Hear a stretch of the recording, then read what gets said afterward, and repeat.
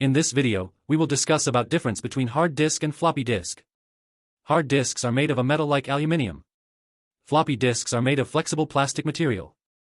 Hard disk weight is heavier than floppy disk. Floppy disk weight is lighter than hard disk. Hard disk is not portable easily. Floppy disk is easily portable. Hard disk stores data at high speed. Floppy disk stores data at low speed. Hard disks are relatively more expensive. Floppy disks are cheaper than hard disk.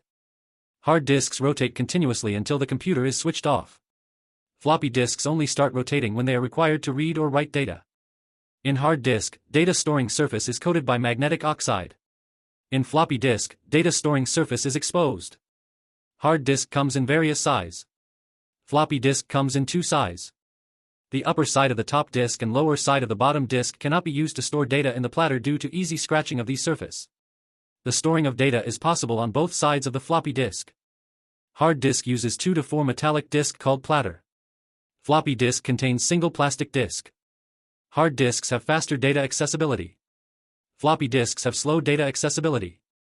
Hard disks provide improves data security. Floppy disks provide poor data security.